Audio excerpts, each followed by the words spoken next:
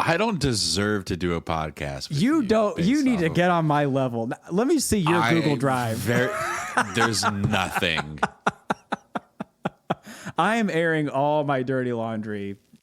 Dearly beloved, welcome to the Unblessed Podcast, where we inquire and exposit the mysteries of that ancient text, that good book itself, the Holy Bible. We are not theologians nor historians. We are but armchair philosophers who spent years in seminary or on a church staff and have since departed to make our own way. We invite you now to read, think, and laugh with us as we dive deep into the denominational doctrines of the divine in the Unblessed Podcast.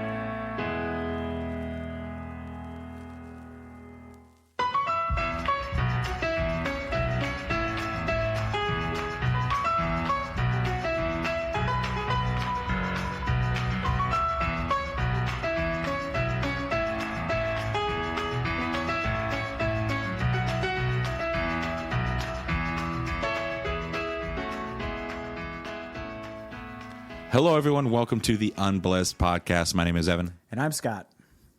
And we are two expertly trained evangelists. Scott, did you ever get evangelism training? Oh, a ton. I was trained up. Absolutely. Describe it to me. Yeah, absolutely. Evangelism training. Well, it took many forms in my life. I mean, where do you want to start? Like the younger stuff, like when I was in like a kid, and like basically like child military training style, child soldier style, or do you want college and adult ministry kind of evangelism training? I think what we're more going for is adult stuff, but talk about the kid stuff. We do need adult stuff, yeah, on this podcast. I mean, I just was in like evangelism training for most of my life. I remember the most vivid one I remember is in college where I think it was on a Saturday. That's how bad I wanted to learn about evangelism. And we all met at a church, all these very interested prospects of Christianity, and the like, and we would just get in a room and go over like questions to ask and scenarios to put yourself in to get conversations with people. So, and then we do. Yeah. Go ahead. Did you ever think did you think you would get some unlocked piece of the puzzle that would make evangelism easier for you? I think that was part of it. I think I was also impressionable to anything someone in ministry, like with more maturity or someone I looked up to, like recommended something, I would just probably do it. I would do. So if someone was like, this would be great for your growth and your spiritual, journey, I'd be like, okay, yeah, sign me up. But I do think it was just a matter of like, one, I feel like I kind of had to be there. And two, I felt like if I did stuff like that, it would only strengthen my skills. So I was always looking for ways to like be a stronger Christian. So, yeah, looking back, it sounds a little sad, but Yeah. Yeah, it's pretty sad. Just never feeling like enough, for, I don't know, about 30 years of your life, no big deal. I can't think of any repercussions of that in my life. Did you ever have any form of evangelism training yourself? Like official? Yeah. I had a number of evangelism trainings that I went to. Some were more, I guess, MLM evangelism trainings, where it was like, you disciple somebody, and they disciple somebody, and they disciple somebody, and they disciple somebody, and before you know it, you have a megachurch. That was all of them. Oh my gosh. Yeah. There was like one, I'm drawing a blank, but they had a special name for it. It was like a movement of like evangelism training. Oh, it's getting away from me. But it was T like for T or something like that. Yes. T for T. Yeah. Wow. Great pull. Yeah, I did that. That was post college. I remember that's when it got real hot because it started. Yeah. Well, I remember the story about that one, and I frankly don't care if I get it wrong because people can correct me. But I just remember it started in like another country, and that's what was so electric about this one. I remember there was a guy at my church that I was interning at, and he was like, I just got back from the Philippines, and people are coming to Christ just in waves because of the T for T program. And like, looking back, it sounds so much like you said an MLM program of like a get rich quick kind of scheme. Yeah. He was like, trust me, it's a process. You got to buy these books. You got to go to these 3 classes a week, and then you'll have a mega church. It's like, oh my gosh, why didn't we see it? But yeah, T for T was something. Yep. Did you T go for through T it? training for teachers or teaching for trainers or something like that. You're right. Yeah. Is essentially what it was. Mm-hmm. I went through it. I did like I think we did a few different trainings on it at church. And it was for like I think we just opened it to everybody. Yeah. Honestly, we got like maybe they had a church package for it. Did not change the church at all. Maybe changed like how we thought about Bible study, because I think like Bible studies became a little bit more like, okay, let's, anybody can host one, I guess. And that felt like, that didn't feel revolutionary, but for like an older generation, it did. Because I remember thinking Bible studies, whatever, it's what we do to, bring people in. But like, that was like my parents and like my grandparents, they were like, we're doing this newfangled thing. It's called like community groups, and we're going to meet at people's house. Like they were so like they didn't understand the concept of not having Sunday school to go to, that it was at someone's house. That your studying of the Bible was not going to be necessarily just at church, that it was also going to be with other people at their home. Was like, like you said, it was such a like bananas revolutionary thing. Yeah. I mean, it was, my parents were on board with it, but they were also very much akin to, going to Sunday school, which makes, now I'm just realizing why it made sense of why we went to Bible study and Sunday school every week, because Sunday school was like their bread and butter of like, well, that's where we go, to get our Bible study in. But then the like cool thing to do is to go to like cool thing. God. The thing, thing that got all the girls, where all the ladies were at. If you really want to be swimming in it, then you go to a community group at somebody's house. Yeah, it was, oh my gosh. But we spent so much of our time doing church activities. But that was me in college, was like, God, 5 nights of, at least 5 nights of church stuff. I could have been doing drugs, making out with every man, eligible man on campus, and doing all the drugs. Yeah. I want to talk in particular though about. I know you're not on the TikTok very much, Evan, but your boy over here. I'm trying to keep China from getting my privacy. I'm just trying to consume as much content as possible right now before we have the ban. So I contain all of the TikTok knowledge right now. I've watched so many TikToks in the last month. So you're a toe. A toe? Yeah, TikTok toe. I've never heard that. I was like, I have 10 of them. You ever seen the Nancy Pelosi bit where she's like, this is unhinged. No. She's like, it's not about banning TikTok. It's about making TikTok better. TikTok toe. What? Nancy, real thing that sit down.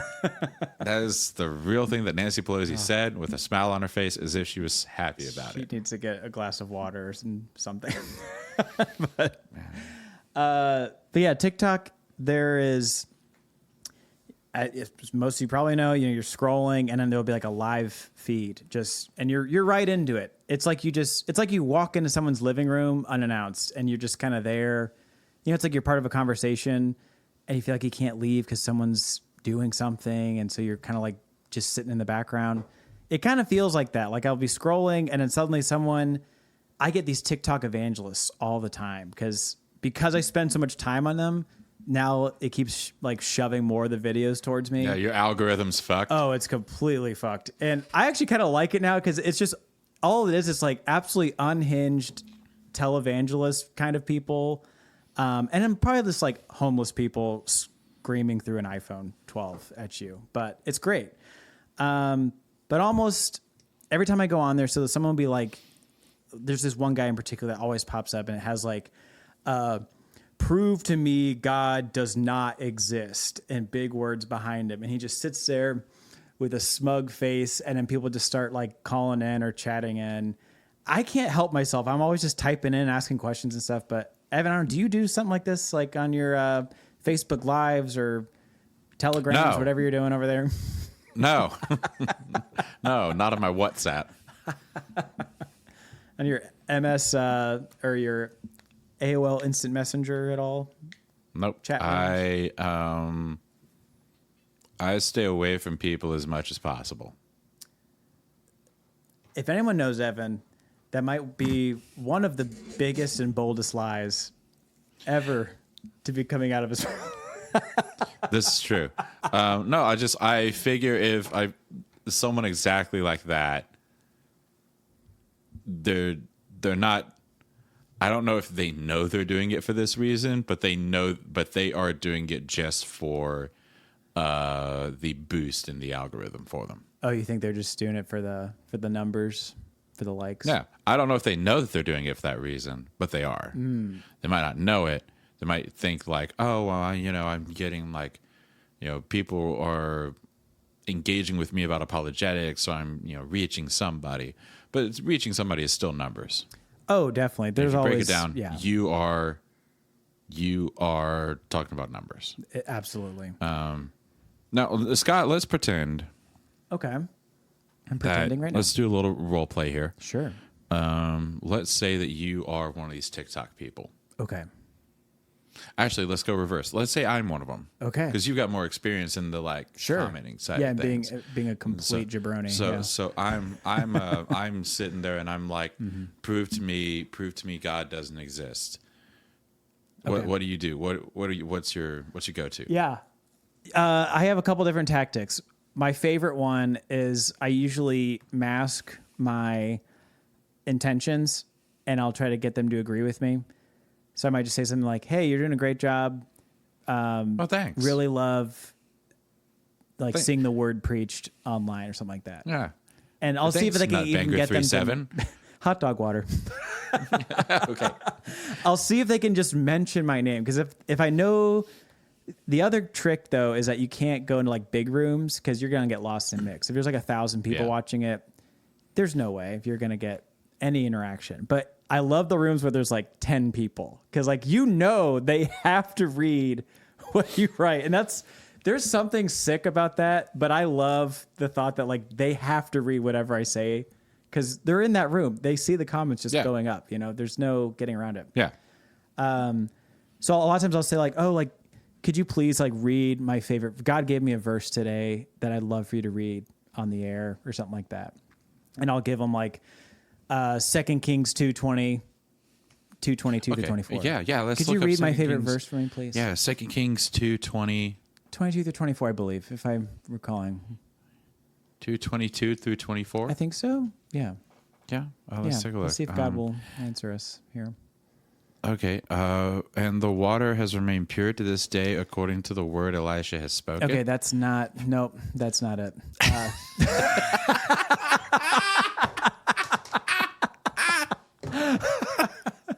Wait, 2 Kings 2 through 24. I don't think I have my verses right then. Yeah, that's not it. This is great What's content. the one with Elisha where the kids, call him bald and the bears eat him? That's 2 Kings 2. Yeah. Oh, 23. That's just one verse ahead. 23 through 25. Excuse me. Oh, yeah. From there, Elisha went up from the field as he was walking along. Get out of there, baldy. He turned, looked at them, and called down a curse on them in the name of the Lord. Then 2 bears came out of the woods and mauled 42 of the boys. Yeah, no, this one's tough. It's kind of tough for us to read, but I think it's more about God's justice that's what you can get from it. And it's just. Did that answer your question? It does. It does. It makes perfect sense. Yep. Does that answer your question, Flappy McGee 5? That's right. That was my name. You're very good at reading usernames. Yep. Basically, God, it's okay to kill children if they make fun of you. No, that's not necessarily. I think at the end of the day, what God created, God can take away if He wants to. Okay. Yeah, that makes sense. I can kill my kids then if that's how that works. Well, not you, because remember, Elijah said,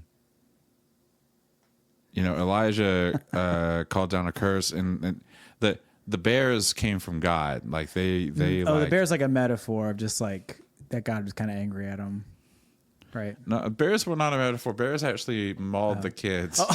Don't get me wrong; they were mauled, clearly split open. But I think what I would say is that this is more about this. Elijah called down a curse, and in response to that, God delivered justice on these boys by mauling and maiming and killing them. But it is important to know that Elijah didn't do it. Yeah, that's right. He just called down a curse, and then the bears happened. He just asked a very peaceful, wonderful, joyous God to do it. Yeah, for him, just to make a point. Though, and we don't for the greater. We don't good. see. Yeah, and we don't. I mean, maybe, but it's not. Mm-hmm.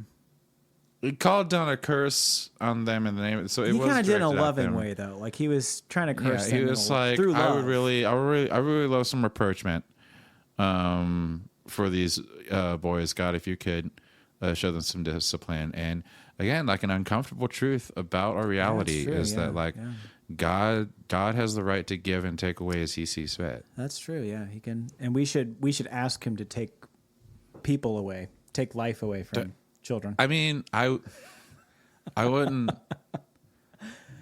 I don't know if I'd do that.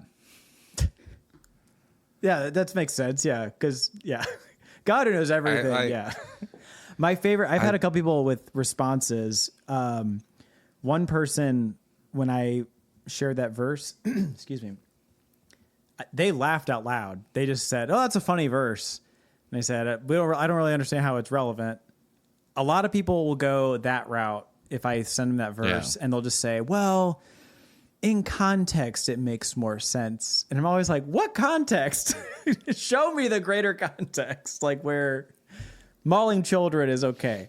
It's usually never the Democrats want to maul children worse. That's right. God only wants to do it just a little bit to prove a point.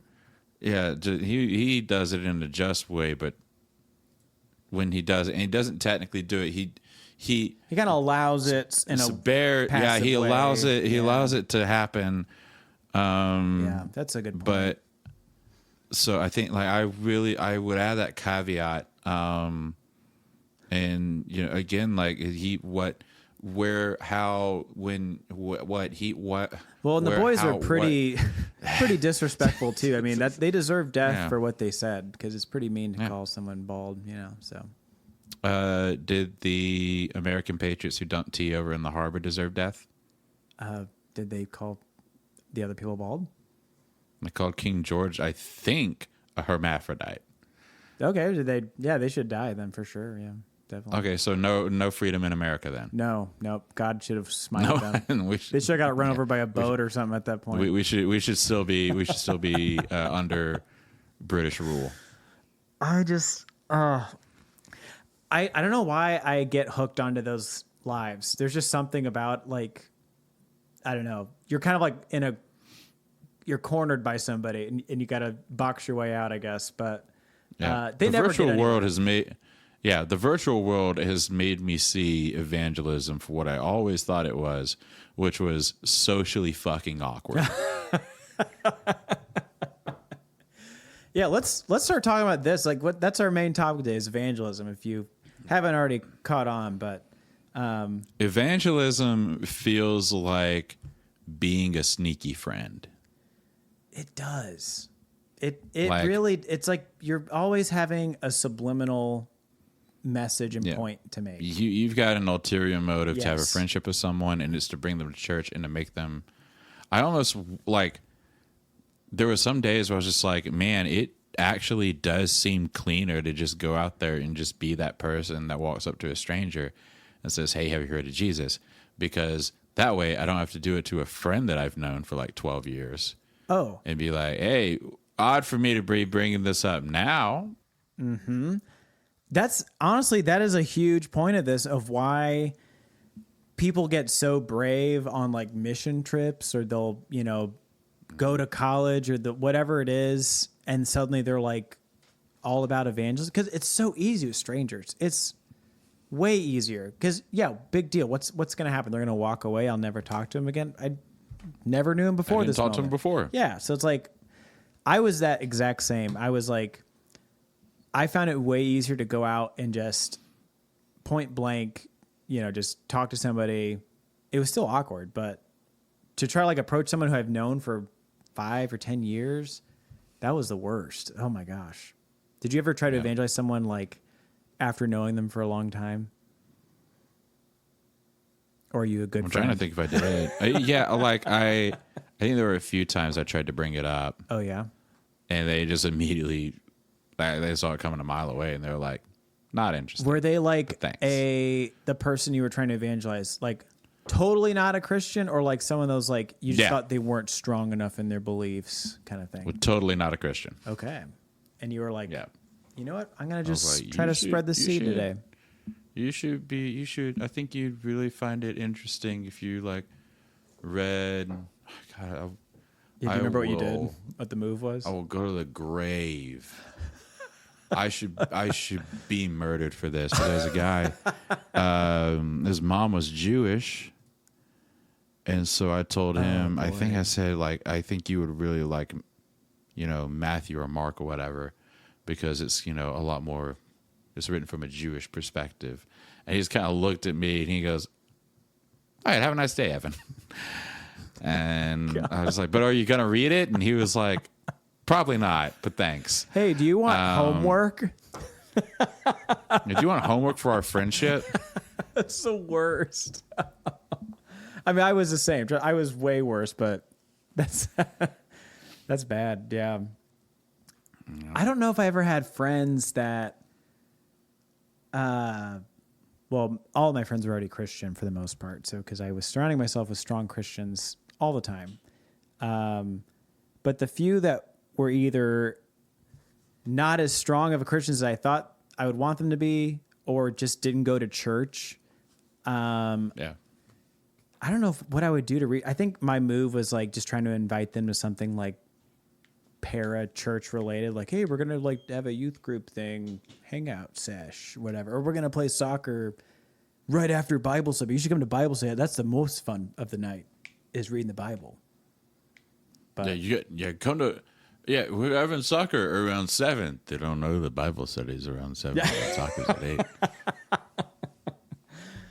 I think it sucks. My freshman year of college, I tried to do a Bible study on my dorm floor, and I put up posters, with IBC root beer on the piece of paper, and it had said, who wants free, in big letters, who wants free beer? And then like a tiny root above beer. So it was like, who wants free root beer? And I bought like a 12-pack of root beer. And my intention was, I'm going to try to get people in the door with free root beer. And then we're going to have a IBC, AKA investigative Bible conversation.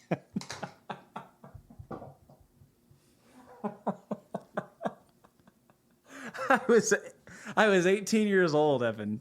18. Full adult. Do you still want to be my friend? There is. I want to know what you. That is such misplaced creativity.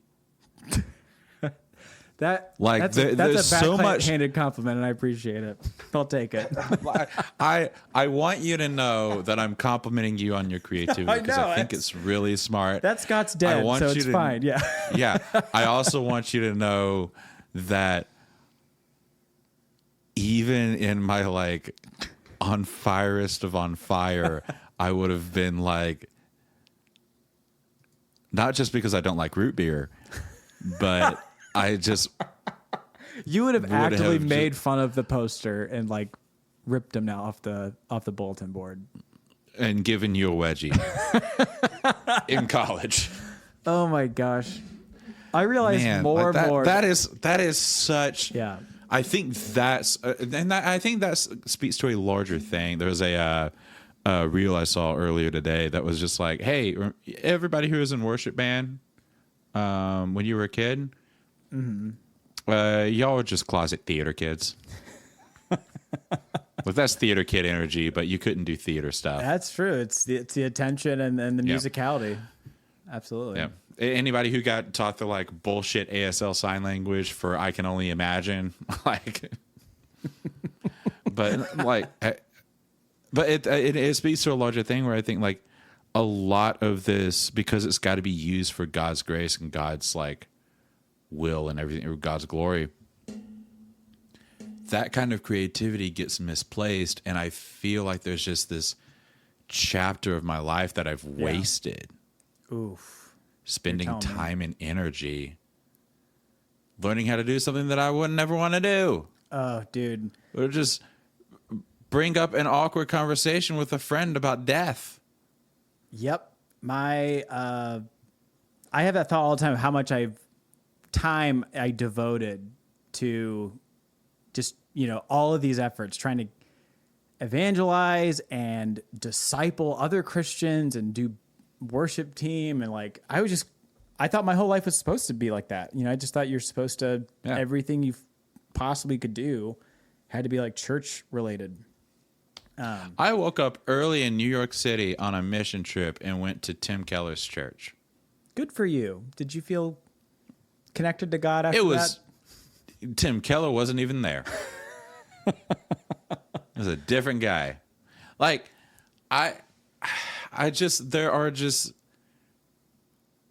are aspects, the amount of books that I have willingly read. Oh, that. And the amount of books that I would like to read that I just didn't read because I was too busy reading Matt Chandler for the 5th time. Yeah, there was probably a rotation of like 5 or 6 Christian books I would kind of read over and over. Yeah. But I was constantly just doing like little Bible study things. Like, my God, I remember my probably junior year of college. I asked for a Bible commentary for Christmas one year. Nerd. Huge nerd. Yeah. That was... I told you my parents got me the greatest gift anyone could ever give you for Christmas one year, and it was a Bible. I remember this story. So that was the household I grew up in. It was the best thing you could possibly receive in your life is a Bible. Yeah, not a GameCube. But gosh, evangelism, there was many different forms. When you were at your peak, Evan, was there ever a time where you thought like I've got one on the line? Now I just got to reel them in. Like, there's a Bible study or I'm at something and someone has asked about Jesus, or someone asked an innocent question. I'm going to provide the answer.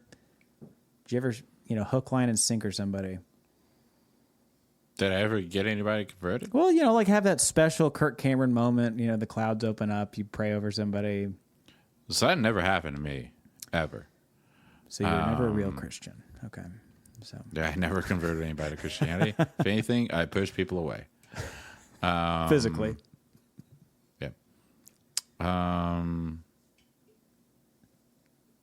Or I guess I don't think that I took as active a role in that. Like, I was around. Were you ever looking for that moment? Like, were you always like, man, I hope someone like is going to ask I was about Jesus? Definitely. I would pray with them and they'd be like, yeah, Jesus. I think closest I probably ever got in a personal one-to-one space, which shows you how close I actually got, was me and this dude, Sterling. That's his actual name. I should not say that. That's another point on the board, everybody. All right. It's been a while, but we got one. Well, but he was a Mormon. Yeah.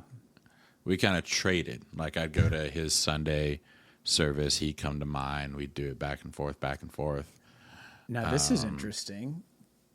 And he finally got like, because I was asking questions that he felt like were kind of out of depth of him. And he was like, we can sit down with some of my elders. And I was like, oh, elders? Sat down with them. And I was like, how old are you? Because they're like the elder I was sitting with. He was like, I just graduated last year. And I knew enough about Mormonism to know that Be a little dangerous. to also know what they were trying to do, which was they were trying to build common ground with me and be like, Yeah. see, it's not that different. Yep.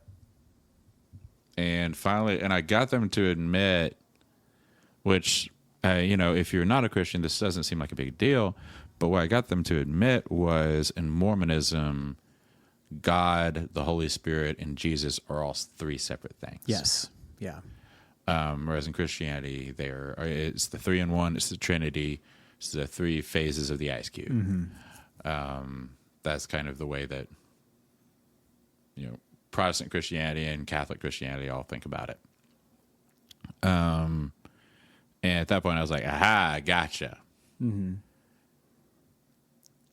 But I think the real gotcha is that I focus so much on trying to just prove this person wrong that I didn't really develop a friendship and maintain one. Welcome to my world in high school, my friend, in college. I was almost every new person that I would meet that wasn't like an established friend was like, there was a barrier of like, I'm going to make sure you're a Christian before I'm done with you. You will know Christ. You will know Christ, or you will meet him. You will know Christ, or you're about to meet him. Choose wisely. Now come to my dodgeball Bible study thing. Come to my FCA meeting. It's me and all the band people. Just come to my root beer social at my dorm room. We'll split 3 root beers against 7 people.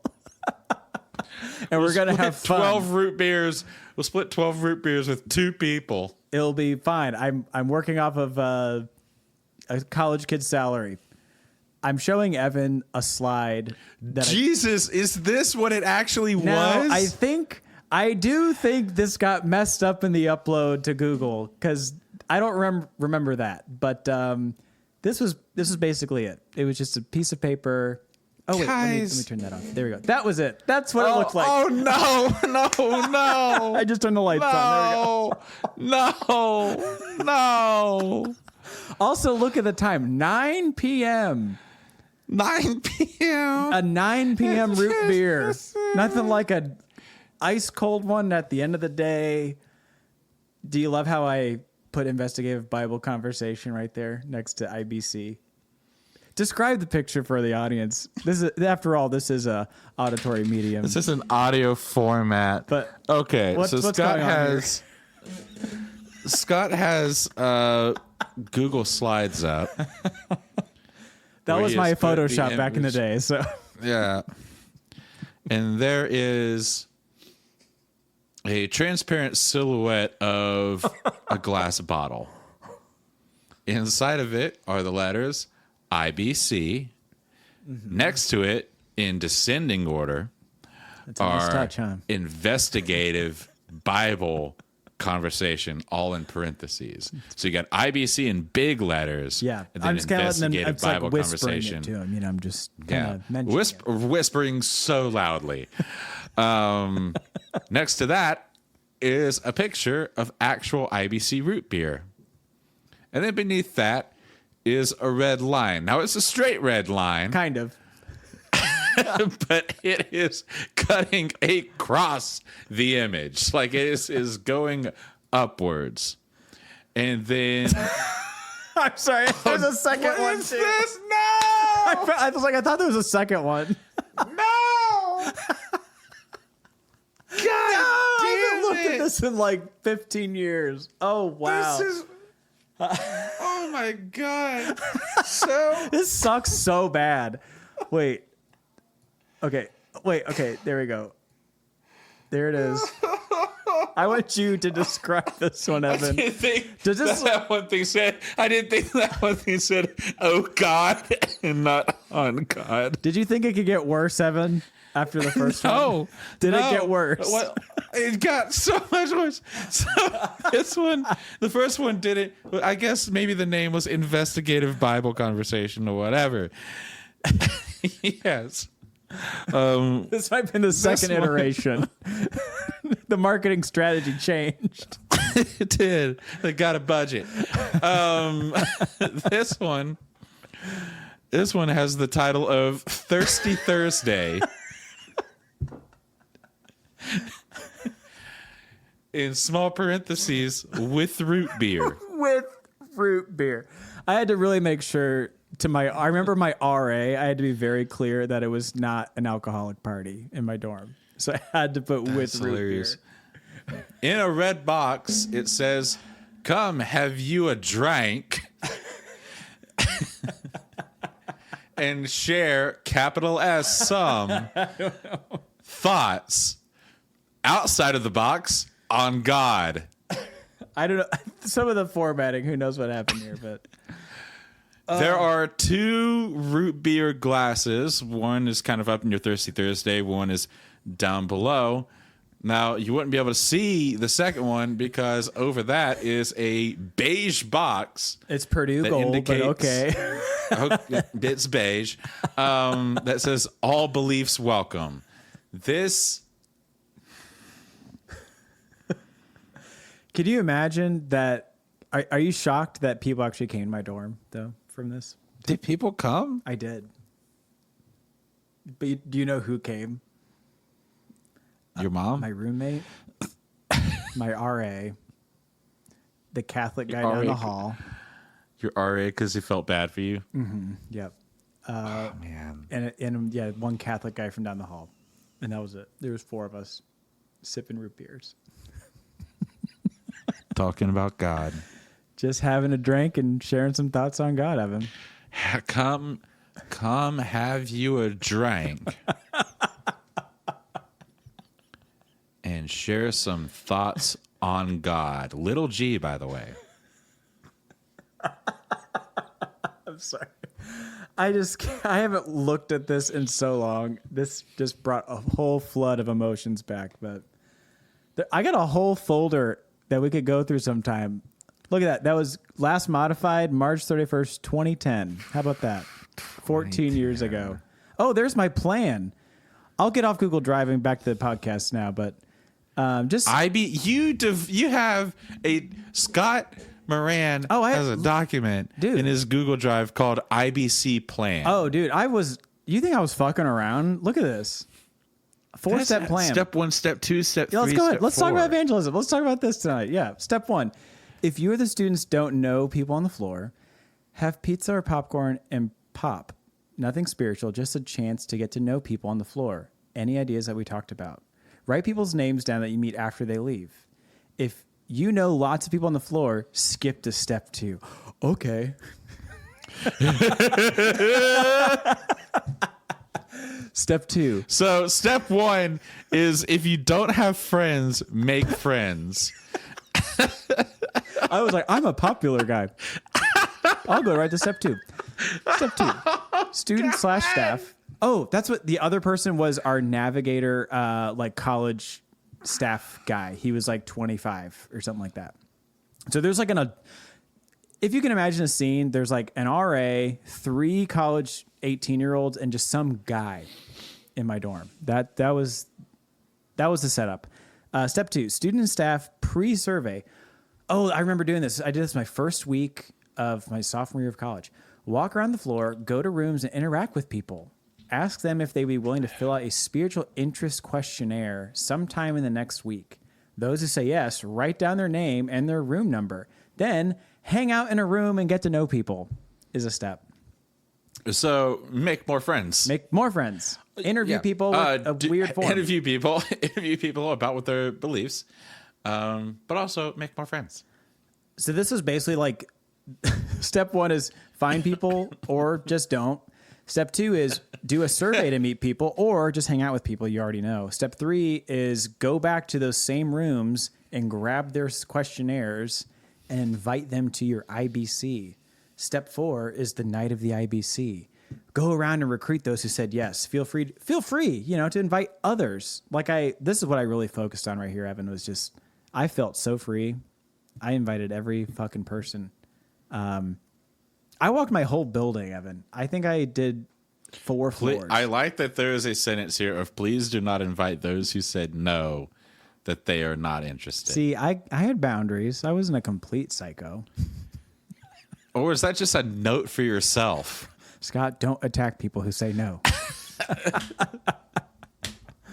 Dude, there was... This is wild. This was all my stuff I would just go through and read with people. Look, my New Christians PDF. Oh yeah, my 30-day reading plan for New Christians. There we go. Yeah, I had the arsenal of resources and Bible studies, Evan. I don't deserve to do a podcast. You need to get on my level. Let me see your Google Drive. There's nothing. I am airing all my dirty laundry now. I don't think I did. It's definitely not on this computer because I didn't really use Google Drive until I was out of college. I'm so glad I saved all that. For a while I almost deleted my whole college folder of stuff, but I was like, I'll upload this, and I'm glad I did, because boy, this is a time capsule of this was peak crazy, Scott, was 2010 to 2011. That 2 years I would have just left everybody and lived under a bridge. That's how insane of a Christian I was. I was just wild all the time. So there it is. Any other questions, Evan? If I knocked on your door, would you have come? When did you meet Holly in all of this? After all this, yeah. Oh, thank God. Well, tail end. Somehow, my wife Holly saw through the haze of this nonsense and appreciated me for me. People were like, Holly, he's crazy. She's like, but he's cute though. Yeah. So I don't know what it was. Power of being on the worship team, I guess. I don't know. That was probably my only good quality I had. I think the most wild I got was I was studying to be a church planter. I don't know if I have the documents or not. Show us the documents. I won't be able to show it to you. If they're anywhere, they're saved on a computer. They're your saved church on a drive. planter years. Okay. Yeah. Yeah. And I just remember I would spend, I am talking hours planning out which sermon I would preach for which verse and going through the Bible exegetically and looking at a series and being like, okay, as soon as this church gets started, this is how we're going to do it. You're like, as soon as I get my first 100, we'll get this rolling. No, not even that. We can kick it off with 15. I am so trying to picture you pastoring an entire church, 50 people sitting and listening to Evan Johnson every Sunday. What a world that would have been. What a world. We missed it. That could still be us. We can turn back now. Plan a church. Yep. We got all the tools. We're starting a church right now. It's called IBC. That's right. Come have you a drink and share some thoughts on God at IBC. Come have you a drink and share some thoughts on God. I want to know all your thoughts on God because I'm on my way to meet her. Oh, wow. Man, that was not what I was expecting to see today. Oh. And I'm so glad that I did. What are your final thoughts on evangelism? It's the worst.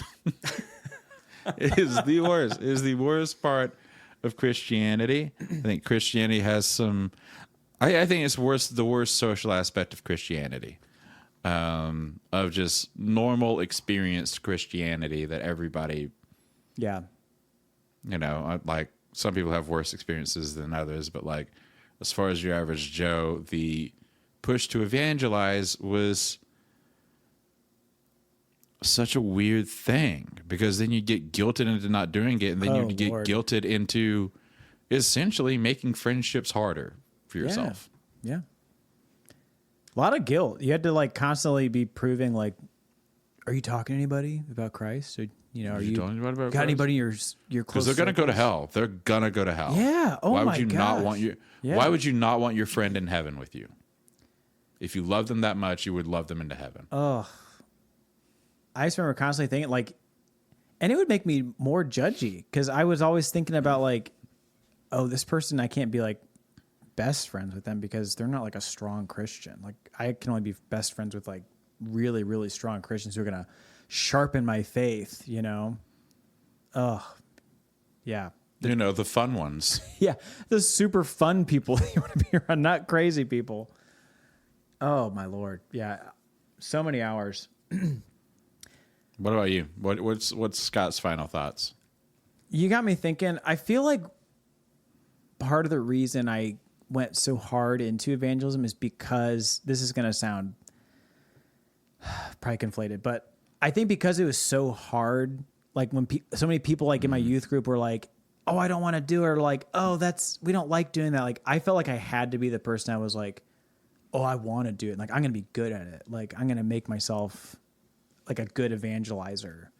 So I kind of felt like this obligation of like, well, I'm the strong Christian, and if they're saying strong Christians evangelize all the time, then I guess I better get to evangelizing. And so, and if nobody in my youth group is doing it, if everybody took that attitude, then nobody would evangelize. Yeah, like what do you call it, like group think? I always thought like, well, if everyone thinks someone else is doing it, then no one's doing it. So I got to be the person to set the example. And I always got off on being like the younger person setting example. That always like gave me a rush. It's so good to have a young person here learning about evangelism. Like anytime. Good job. Oh, good job, Stuart. My name's Scott. Whatever you said. Whatever the hell. Give me another beer. Give me one of those IBCs. Yeah, I there's something about if I could be like the example and young, like be like the younger person doing it, then I'm doing great. But looking back, it gives me a lot of pain and guilt, because I realize like I made so many people uncomfortable, but in a weird way, it showed me who was like really kind and friendly to me in the past. Cause like, who was just like, just in a real way. Yeah. About earlier, like who could kind of see through it and be like, there's more to this person here than what they're trying to actually show me. Yeah. And I think through all this though is what I think made me a little bit likable through all of it. Was like, it was like a genuine, it wasn't like I was just trying to get people to be part of a club or like just come to my cool church. You were genuinely concerned about people. I like legit thought people were going to hell. So I was like, I do think that like legit concern came out and was like, I care about people like a lot. Like so much, I'm gonna be crazy.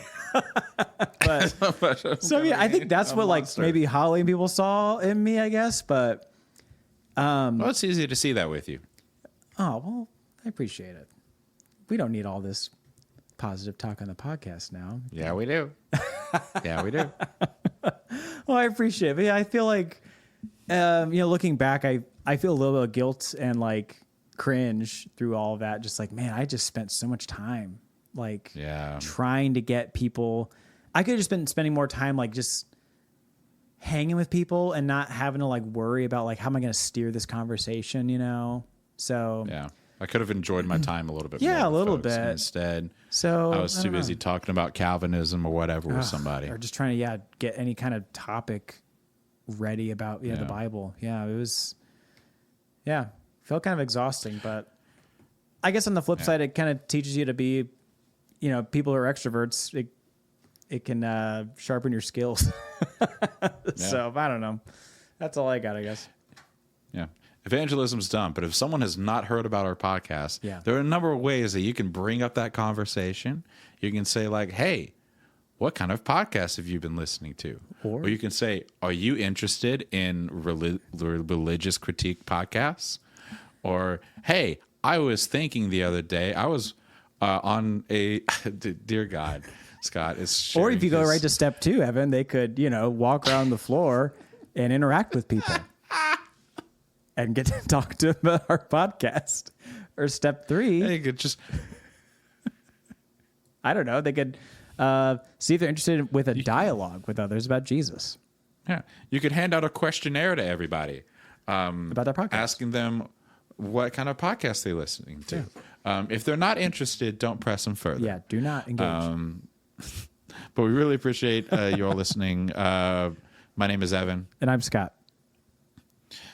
And, have a drink and share some thoughts on God.